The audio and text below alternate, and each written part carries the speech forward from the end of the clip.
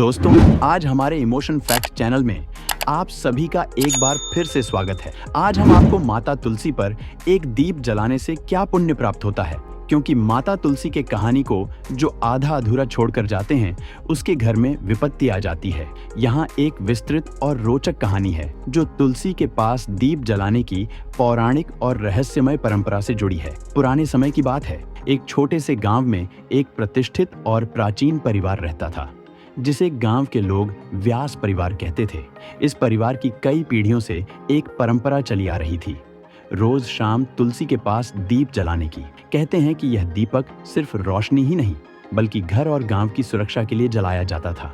लेकिन इस परंपरा के पीछे एक गहरी और रहस्यमयी कहानी छुपी थी जिसे सिर्फ परिवार के बड़े बुजुर्ग ही जानते थे। व्यास परिवार के मुखिया पंडित हरिनाथ एक विद्वान और धार्मिक व्यक्ति थे। उनके पास गांव के लोग हर समस्या के समाधान के लिए आते थे। हरिनाथ की पत्नी जानकी तुलसी के पौधे का बेहद ध्यान रखती थी। उनका मानना था कि तुलसी के पौधे के पास दीप जलाने से परिवार और गांव की समृद्धि बनी रहती है। लेकिन गांव के लोग यह नहीं जानते थे कि इस परंपरा के पीछे कोई रहस्यमय कारण भी था जिसे जानकी और हरिनाथ छुपाए हुए थे।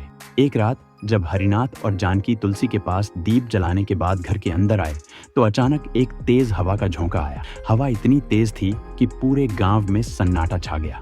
घर के अंदर की रोशनी अपने आप बुझ गई और तभी हरिनाथ ने एक अजीब सी आवाज सुनी जो घर के पिछले हिस्से से आ रही थी। यह वही जगह थी जहां वे लोग सालों से एक पुराना संदूक बंद रखे हुए थे। यह संदूक उनके पूर्वजों का था जिसे खोलने की मनाही थी। हरिनाथ ने जब जाकर देखा तो उस संदूक का ताला टूट चुका था। अंदर एक पुरानी पांडुलिपि रखी थी जिस पर कुछ संस्कृत में लिखा हुआ था। हरिनाथ ने पांडुलिपि उठाई और पढ़ने लगे। जैसे जैसे उन्होंने पढ़ा उनके चेहरे का रंग बदलने लगा। जानकी ने जब यह देखा तो वे भी घबरा गईं और पूछा, क्या हुआ, यह क्या है? हरिनाथ ने कांपते हुए कहा, यह कोई साधारण पांडुलिपि नहीं है।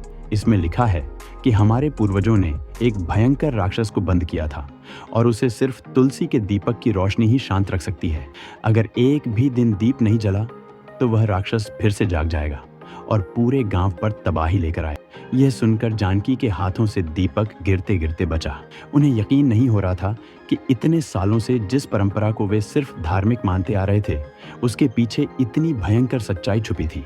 पर अब सवाल यह था कि संदूक का ताला कैसे टूटा और वह पांडुलिपि कैसे बाहर आई। रात भर हरिनाथ और जानकी सो नहीं पाए। सुबह होते ही हरिनाथ ने गांव के बड़े बुजुर्गों को बुलाया और पूरी बात बताई। गांव के लोगों ने मिलकर एक बैठक की और तय किया कि अब से तुलसी के पास दीप जलाने का काम किसी एक व्यक्ति पर नहीं छोड़ा जाएगा, यह पूरे गांव की जिम्मेदारी होगी।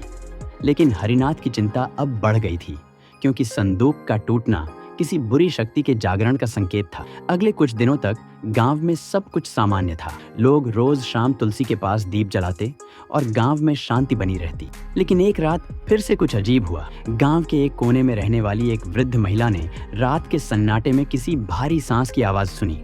उसने अपनी खिड़की से झांका तो देखा कि गांव के बड़े पेड़ के पास कुछ अजीब सी छाया घूम रही थी। वृद्धा ने सुबह जाकर हरिनाथ को यह बात बताई। हरिनाथ को यह सुनकर डर लगने लगा कि शायद वह राक्षस अब धीरे धीरे अपनी शक्ति वापस पा रहा था। उन्होंने गांव के पुजारी से मिलकर एक यज्ञ करवाने का निश्चय किया ताकि गांव को उस राक्षस से बचाया जा सके। लेकिन यज्ञ की रात कुछ और ही होने वाला था।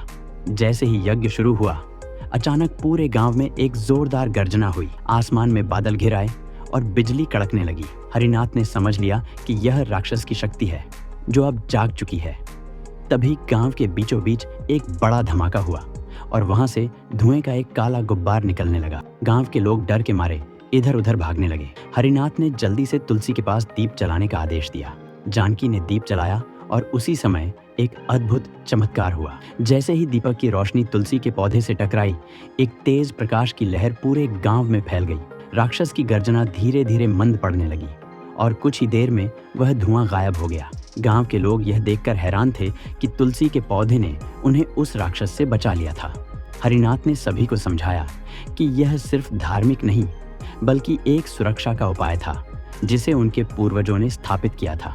उस दिन के बाद से गांव के लोगों ने तुलसी के पौधे की पूजा और दीप जलाने की परंपरा को और भी अधिक महत्व देना शुरू कर दिया। हर शाम पूरा गांव एकत्र होता और साथ में दीप जलाता। तुलसी के पौधे के प्रति उनका विश्वास और भी मजबूत हो गया था। वे जानते थे कि यह दीपक सिर्फ रोशनी का प्रतीक नहीं, बल्कि उनके जीवन की रक्षा का साधन था।